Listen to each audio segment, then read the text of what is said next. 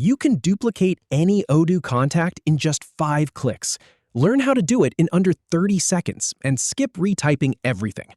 In this guide, I'll walk you through the 5 simple clicks, from your homepage to the Contacts app, selecting the right entry, and using the Actions menu to duplicate it instantly. To get started, head over to the Odoo homepage by typing in the URL or using your bookmark.